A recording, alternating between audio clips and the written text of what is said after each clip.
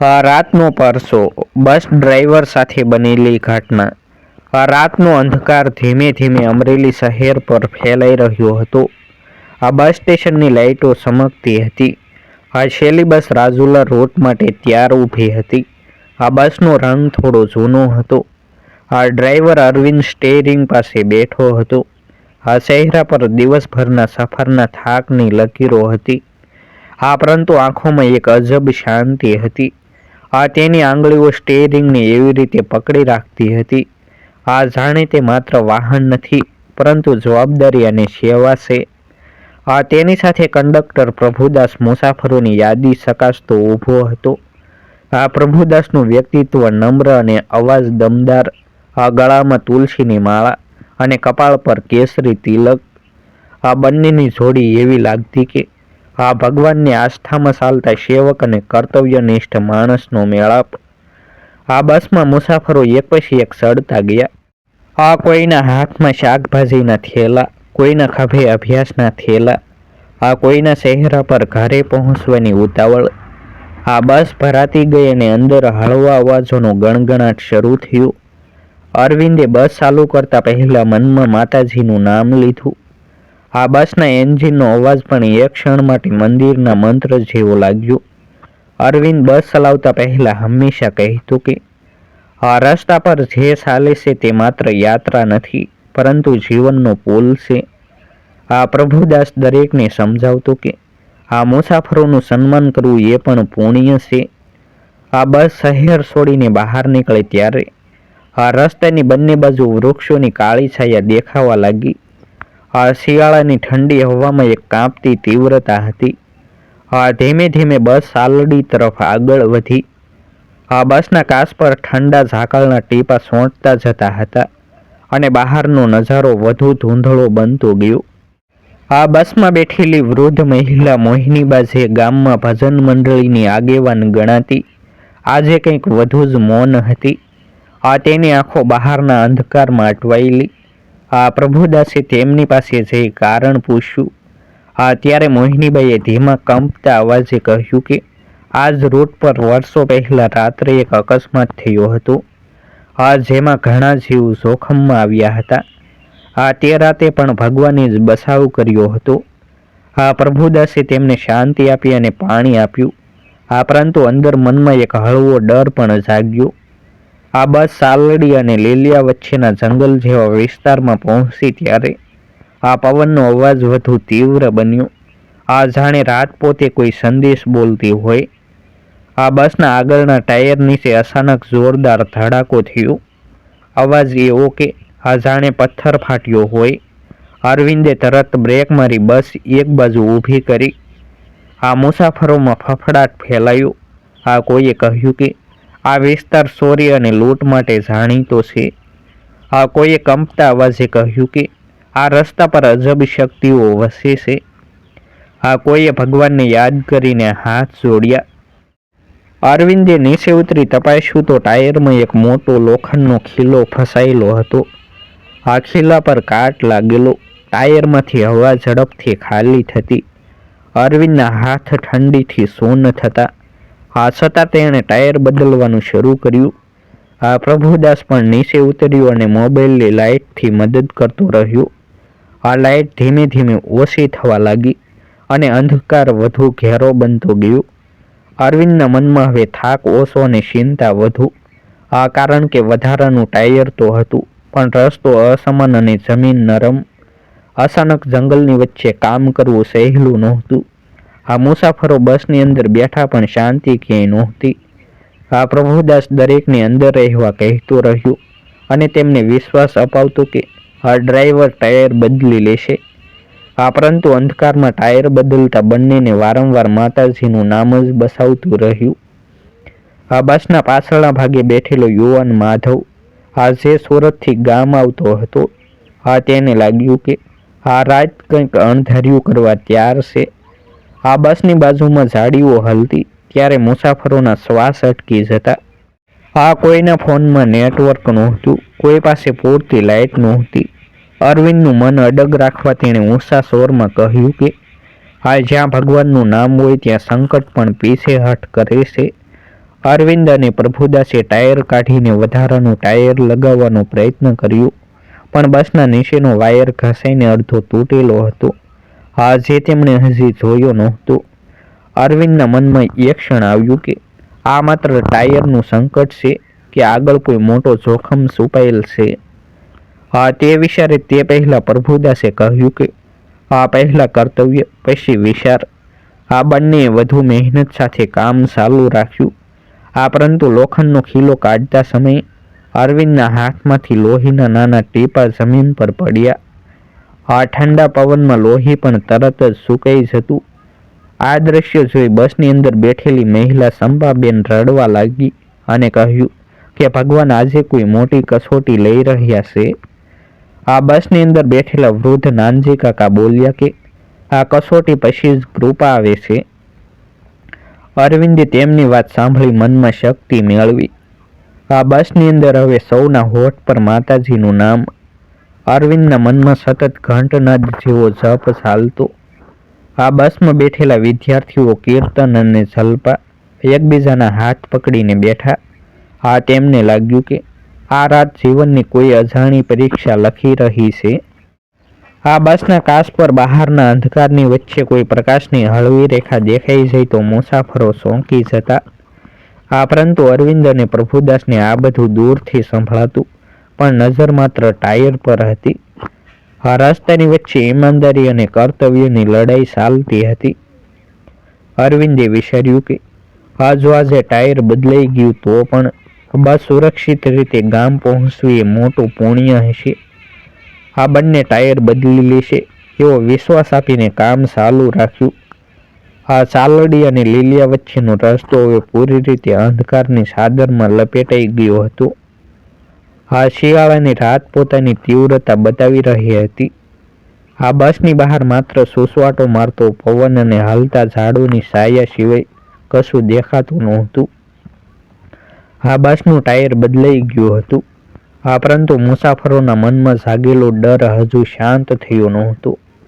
અરવિંદ અને પ્રભુદાસ ફરી પોતાની બેઠકો પર બેઠા. અરવિંદે સ્ટેરિંગ પકડી બસ આગળ વધારી. ત્યારે એન્જિનનો અવાજ હવે પહેલા કરતાં વધુ ભારે લાગતો. રસ્તો ખાડા ટેકરા અને વળાંકોથી ભરેલો. મુસાફરો એકબીજાની તરફ જોઈ શાંતિ શોધતા, પરંતુ શબ્દોમાં નહીં. હવે સૌના મનમાં માત્ર આસ્થા.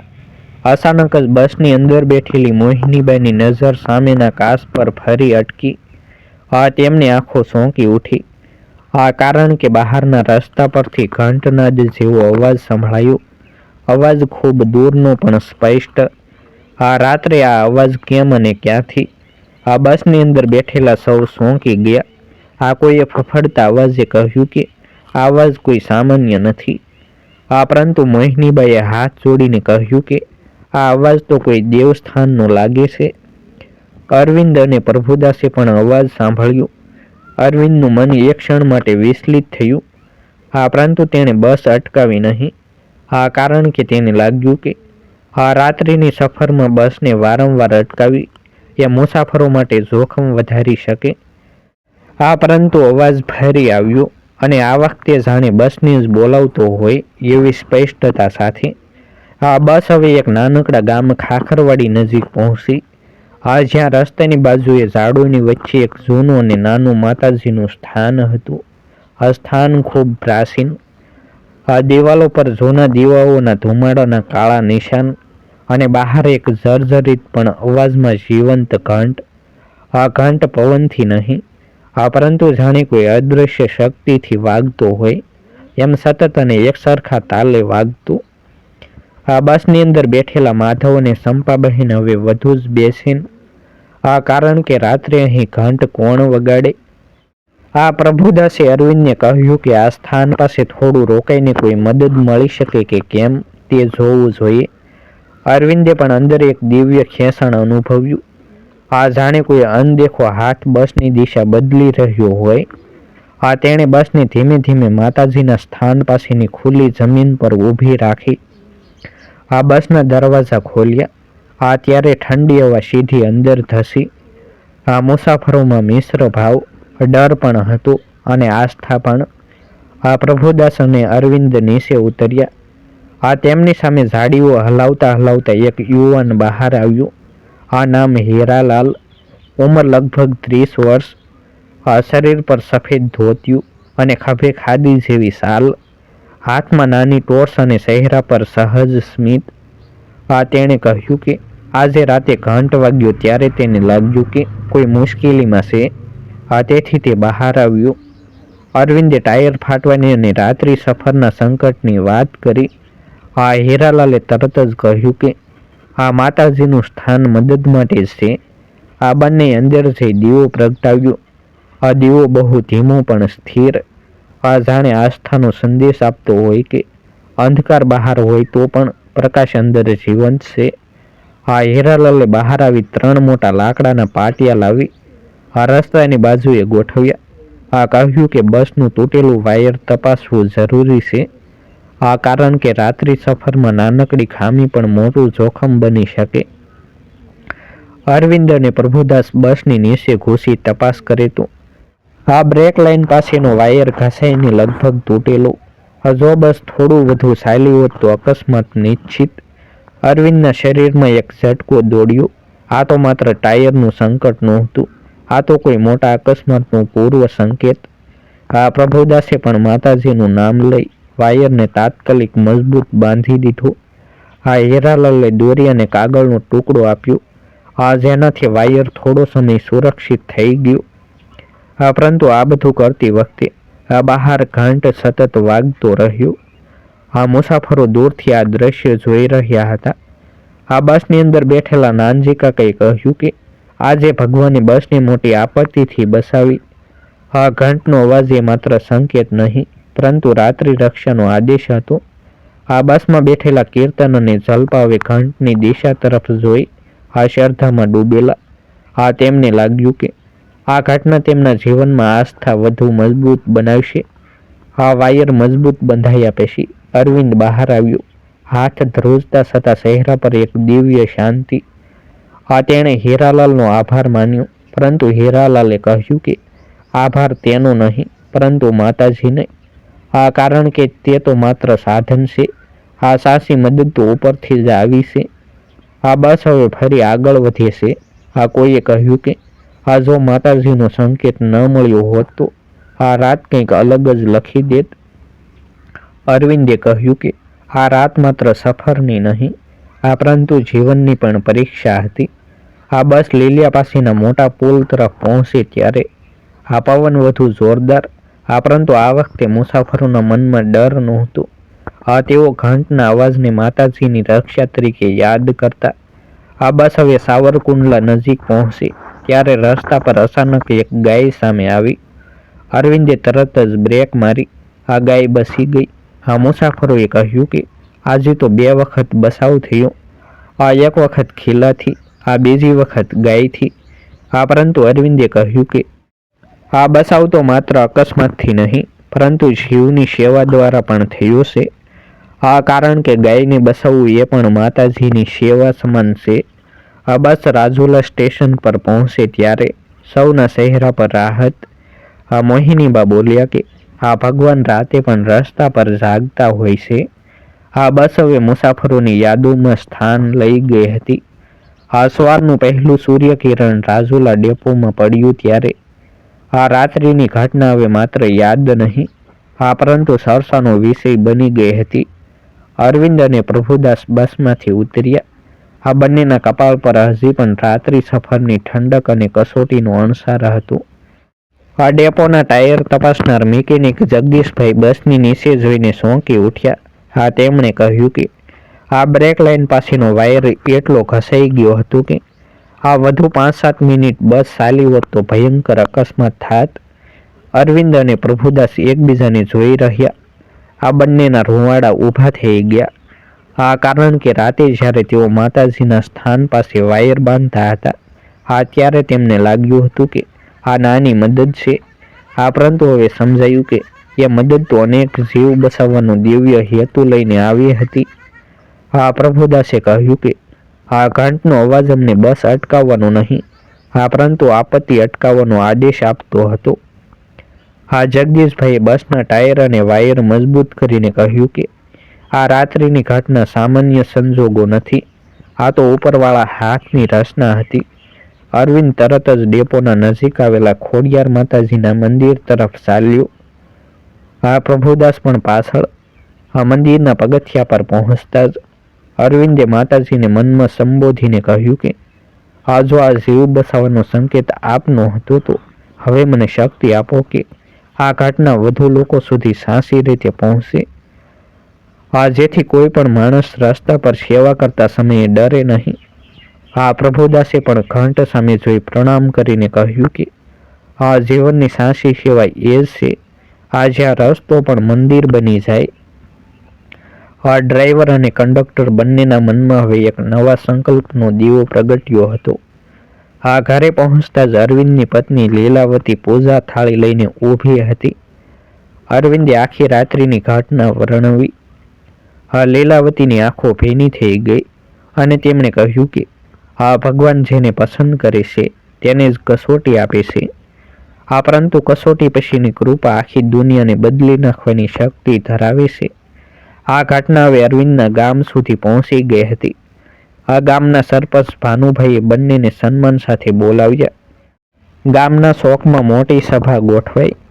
જેમાં મહિલાઓ, યુવકો, સંતો, ભજન મંડળીઓ, ખેડૂત પરિવારો અને વિદ્યાર્થીઓ હાજર.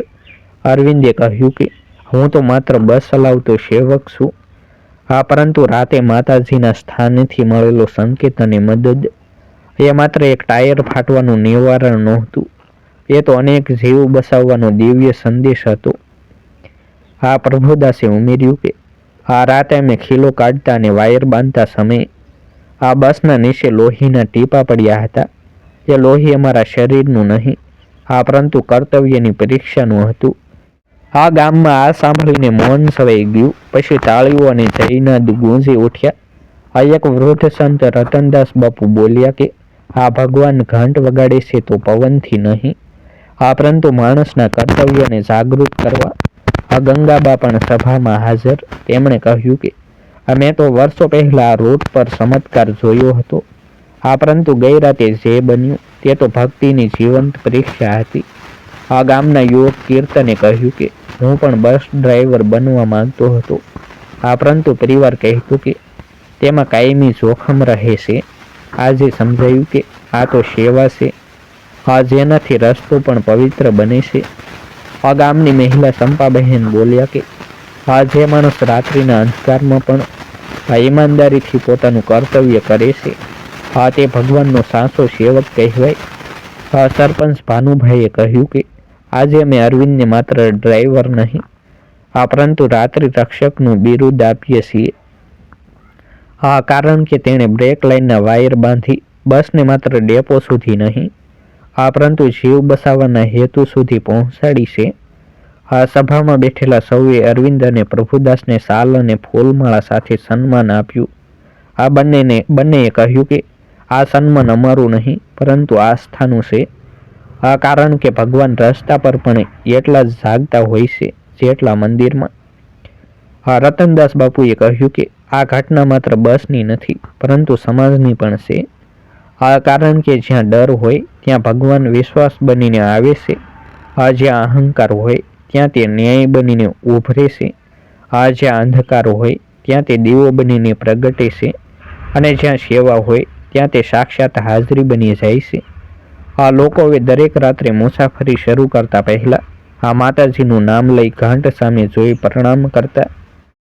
બસના રૂટ પર પણ હવે દેવસ્થાનની સફાઈ અને દીવો પ્રજ્વલિત રાખવાની જવાબદારી ગામે સંભાળી. અરવિંદ હવે જ્યારે પણ રાત્રે બસ ચલાવે છે, ત્યારે તેના મનમાં ઘંટનો અવાજ ગૂંજે છે, પરંતુ ડર નહીં, પરંતુ આસ્થાનો ગર્વ બનીને. પ્રભુદાસ પણ હવે દરેક મુસાફરને ટિકિટ આપતા પહેલા કહે છે કે રસ્તો લાંબો હોય કે રાત અંધારી, જો માણસ સાચું કર્તવ્ય પકડી રાખે તો રક્ષા આપોઆપ મળે છે. બસની યાત્રા પૂરી થઈ છે, પરંતુ આસ્થાની યાત્રા ક્યારેય પૂરી નથી થતી. કારણ કે ભગવાન રસ્તા પર પણ આપણા કર્તવ્યની રાહ જોઈએ છે. અને જ્યારે કર્તવ્ય જાગે છે ત્યારે ચમત્કાર જન્મે છે. આવા જ નવા વિડીયો જોવા માટે અમારી યુટ્યુબ ચેનલ સબસ્ક્રાઈબ કરો અને વિડીયોને લાઈક કરો. ફરી મળીશું એક નવી સ્ટોરી સાથે. આભાર.